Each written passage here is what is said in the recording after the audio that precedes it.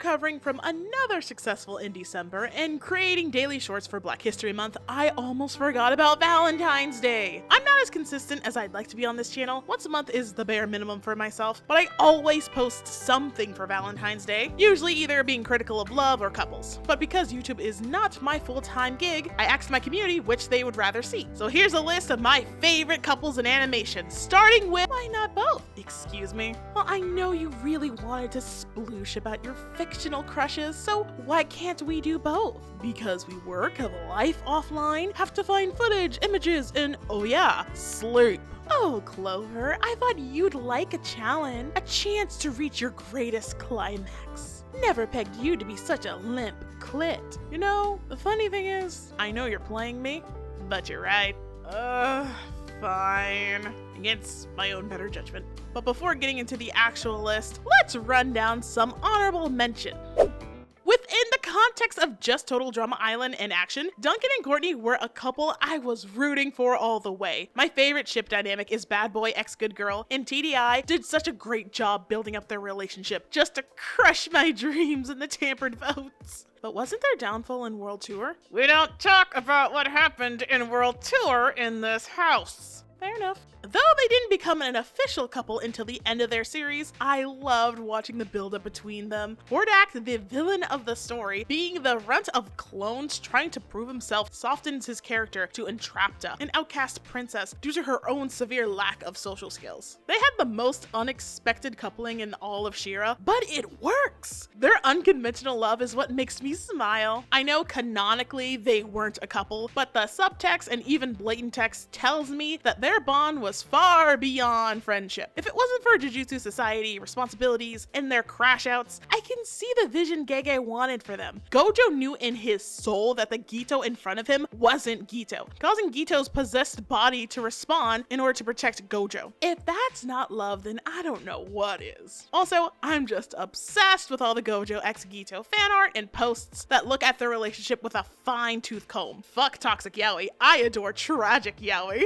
These two prove to be terrible for each other, but at the same time bring the best out of each other. They're a walking powder keg ready to blow, but when combined, they're an unstoppable duo. No amount of couples therapy can help this boss bitch and her male wife. But at the same time, that's what makes Beth and Jerry a fascinating couple I can't help but root for. While their romantic subplot was adorable and the portrayal of awkward first love was sweet, I would have loved to see how Willow reacted to her ex-friend turned bully now dating her new bestie. Lucidity kinda left me wondering and wanting to see how their relationship rippled among the people around them. Don't you mean Lumity? I know what I said. I don't care if it was forced. I don't care if Hunter is just a lame white boy that needs to be saved. I don't care. I don't care. I don't care. I love Hunter x Willow. They're so cute. They're so sweet. Oh my gosh, it's sappy like the tree bark. Oh, they're so fucking cute. The green and gold is so cute. I don't care. So fucking cute. Lana and Archer will always have love for each other. And if it wasn't for their meddling co-workers and themselves sabotaging their own relationship, they could have been happy together. They were two badass secret agents that could have had it all. I'm a sucker for a man pining over his dead wife. That is the best trope ever. Even if it wasn't real or just an illusion, Rick and Diane were a couple I wanted more of, but I also don't want her to become actualized in the show because it undercuts the meaning of their tragic love. Full yap fest in this video here.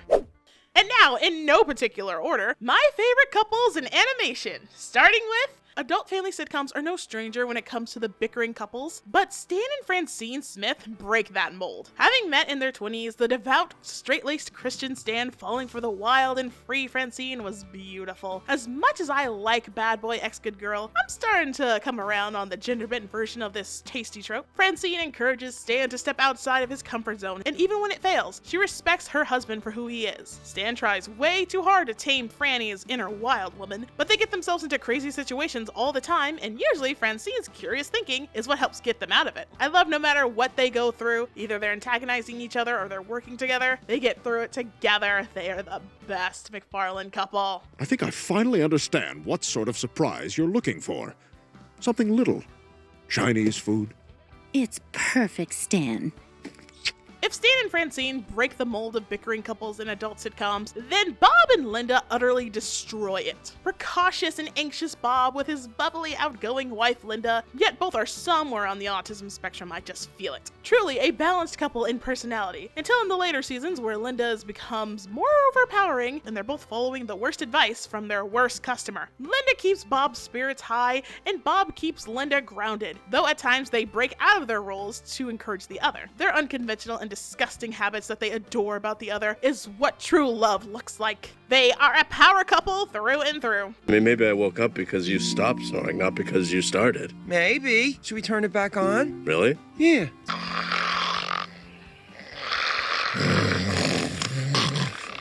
Another bad boy and good girl couple, huh? Daring today, aren't we? I know, right? They're perfect. Total Drama segmented my love for this couple dynamic, and Ben 10 Alien Force fed me well with Kevin and Gwen. What I love best about them is that in their relationship, it doesn't take over the show. It's more of a side plot if you're not paying close attention. Episodes where they are the focus also don't come off as unnatural. They clearly have chemistry and attraction to the other. It's the pining I love, and oh, does Kevin pine for Gwen. I also like that Gwen doesn't try to change Kevin from who he is, aside from, encouraging him to be a good guy. He chooses to improve himself for her. Oh, it's sickening. You'll love to see it. And Kevin is just the rebel Gwen needs to break from her by the books attitude. I just love them so much. Even when Ultimate Alien was pulling evil Kevin bullshit again, it was the angst, the tension. He spared her because a part of him still cared, proving no matter how evil Kevin can get, his only soft spot is for Gwen. And when Gwen went full Anodyne, she would have easily destroyed all of the DNA aliens, but it was Kevin that talked her down. Sick! They are each other's anchors. They balance each other out. Oh God, I love them so much. When we found you in all that ice. He's trying to say he really likes you. I know that already.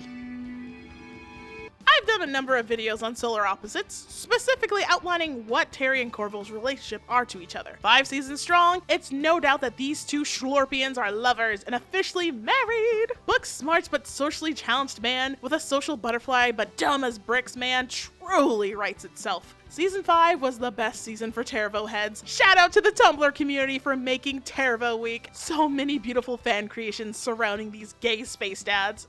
You'll love to see it. Again, full yap fest on Tervo in these videos. Oh, Terry, you beautiful idiot. I love when you're a hypocrite. You do? Your lack of principles is part of what keeps the flame burning. Love doesn't make you weak.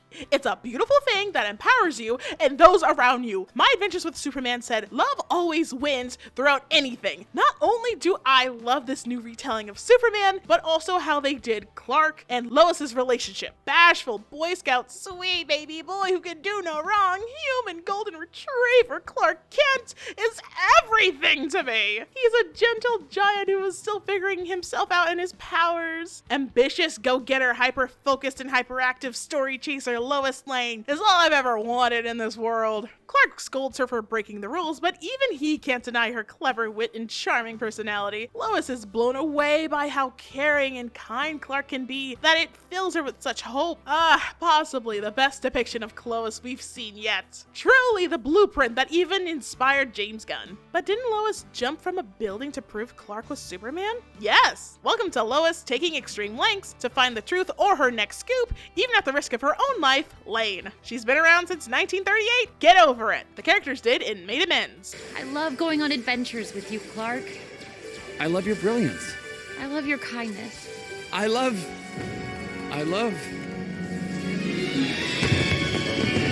And those are my favorite couples in animation. Notice a running theme of clashing personalities, opposites attract with equal pining, support, and devotion for the other. Sure, they have their disagreements, but they don't let their egos get in the way of their relationship. Couples like these are my bread and butter. They are so good. Be sure to tell me your favorite couples in animation, or in media in general, in the comments below, and have a happy Valentine's Day. Oh, aren't you forgetting something? Alright, I gave into self-peer pressure to do a double feature. My fictional crushes. Joy.